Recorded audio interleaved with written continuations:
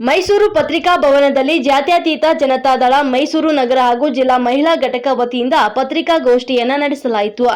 ಜಾತ್ಯತೀತ ಜನತಾದಳದ ಅಧ್ಯಕ್ಷರಾದ ಶ್ರೀಮತಿ ಪ್ರೇಮಾ ಶಂಕರಗೌಡ ಅವರು ಮಾತನಾಡಿ, ನಮ್ಮ ಜೆಡಿಎಸ್ ಪಕ್ಷವು ಯಾವಾಗಲೂ ಅಭಿವೃದ್ಧಿಯ ಪರ ರಾಜಕಾರಣ ಮಾಡಿದರೆ ಕಾಂಗ್ರೆಸ್ ಹಗರಣ ಮೇಲೆ ರಾಜಕೀಯವನ್ನ ಮಾಡ್ತಾ ಇದೆ.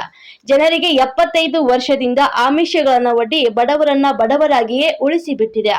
ಆದರೆ ನಮ್ಮ ಜೆಡಿಎಸ್ ಪಕ್ಷವು ಅಧಿಕಾರಕ್ಕೆ ಬಂದ್ರೆ ಆರೋಗ್ಯ, ಶಿಕ್ಷಣ, ಮನೆ, ಯುವಕರು ಮತ್ತು ಮಹಿಳೆ ಸಬಲೀಕರಣ, ವೃದ್ಧಾಪ್ಯ ವೇತನ, ಸ್ತ್ರೀಶಕ್ತಿ ಸಾಲ ಮನ್ನಾ, ರೈತರಿಗೆ ಉಚಿತ 10,000 ಪ್ರೋತ್ಸಾಹ ಧನ ಜಾರಿಗೆ ತರಲು ಕುಮಾರಸ್ವಾಮಿಯವರು 20 ತಿಂಗಳು ಮುಖ್ಯಮಂತ್ರಿಯಾಗಿದ್ದಾಗ ಗಾಂಧೀಜಿ ಗ್ರಾಮ ವಾಸ್ತವ ಪರಿಕಲ್ಪನೆಯನ್ನ ರಾಜ್ಯದಲ್ಲಿ ಜಾರಿಗೆ ತಂದಿದ್ರು.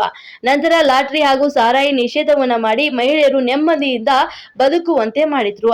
ರೈತರ ಸಾಲ ಕೂಡ ಮನ್ನಾ ಮಾಡಿದ್ರು. ರೈತರ ಮಹಿಳೆಯರಿಗೆ ಸಹಾಯವಾಗುವ ರೀತಿಯಲ್ಲಿ ಕೆಲಸಗಳನ್ನ ಮಾಡಿದ್ದಾರೆ. ಅಂತವರು ಮಹಿಳೆಯರಿಗೆ ಅಗೌರವ ತರುವಂತಹ ರೀತಿಯಲ್ಲಿ ನಡೆದುಕೊಳ್ಳಲು ಸಾಧ್ಯವೇ ಅಂತ ಕೇಳಿದ್ರು.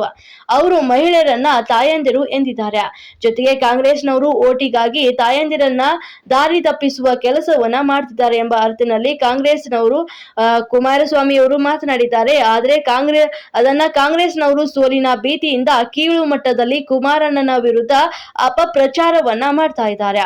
ಹಾಗೂ ಕಾಂಗ್ರೆಸ್ ರಾಜ್ಯ ಅಧ್ಯಕ್ಷ ಪುಷ್ಪ ಅಮರನಾಥ್ ರವರು ಚಾಮರಾಜನಗರ ಲೋಕಸಭಾ ಚುನಾವಣೆಯಲ್ಲಿ ಟಿಕೆಟ್ ಸಿಗದೆ ಹತಾಶರಾಗಿ ಕುಮಾರಣ್ಣನವರ ಬಗ್ಗೆ ಅಗೌರವದಿಂದ ಮಾತುಗಳನ್ನು ಆಡಿದ್ದಾರೆ ಅಂತ ಅವರು ಸ್ಪಷ್ಟಪಡಿಸಿದ್ರು.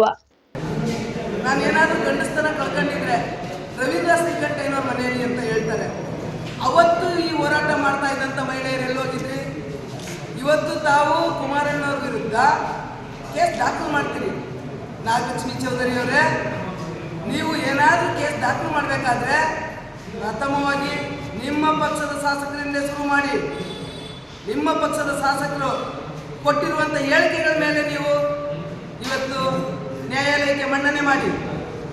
ಮತ್ತು ಮುಂದೆ ಹೋದರೆ ಬಹಳ ಹಿರಿಯರು, ಸುಸಂಸ್ಕೃತರು ಅಂತ ಹೇಳ್ಕೊಂಡಿರುವಂಥವ್ರು, ಅವರ ಸೊಸೆ ಸಂಸದರಾಗಿ ಲೋಕಸಭೆ ಪ್ರವೇಶಿಸಬೇಕು. ಬೇರೆ ಹೆಣ್ಮಕ್ಳು ಅಡುಗೆ ಮಾಡ್ಕೊಂಡಿರ್ಬೇಕು ಹೆಣ್ಮಕ್ಳು ಮನೆಯಲ್ಲಿ ಅಂತ ಹೇಳ್ತಿರಲ್ಲ ಸ್ವಾಮಿ. ನೀವು ಇದೇನೇ ಹೆಣ್ಮಕ್ಳು ಕೊಡೋ ನ್ಯಾಯ? 33% ಕೊಟ್ಟಿರುವಂಥದ್ದು ನಮ್ಮ ಜನತಾದಳ ಸರ್ಕಾರ ಇದ್ದಂಥ ಸಂದರ್ಭದಲ್ಲಿ ಮಾನ್ಯ ದೇವೇಗೌಡಾಜಿ ಕುಮಾರಣ್ಣವ್ರಿಗೆ ಹೆಣ್ಣುಮಕ್ಳ ಬಗ್ಗೆ ಬಹಳ ಅಪಾರವಾದಂತಹ ಒಂದು ಗೌರವ ಇದ್ದಕ್ಕೋಸ್ಕರನೇ ಅವತ್ತು ನಾವೆಲ್ಲ ತಿಳ್ಕೊಂಡಿರ್ಬೋದು, HIV ಪೀಡಿತರನ್ನ ಯಾರೂ ಮಾತಾಡಿಸ್ತಿರ್ಲಿಲ್ಲ. ಅಂಥ ಮನೆಗೆ ಹೋಗಿ ಧೈರ್ಯ ತುಂಬಿ ಗ್ರಾಮ ವಾಸ್ತವ್ಯ ಮಾಡಿರುವಂಥ ಏಕೈಕ ಮುಖ್ಯಮಂತ್ರಿಯಾಗಿದ್ರು ಅವರು. ಮುಂದುವರೆದು ಸಾರಾಯಿ ನಿಷೇಧ, ಒಂದಂಕಿ ಲಾಟರಿ ನಿಷೇಧ, ಹೆಣ್ಣು ಮಕ್ಕಳು ಶಿಕ್ಷಣದಿಂದ ವಂಚಿತರಾಗಬಾರ್ದು ಅಂತ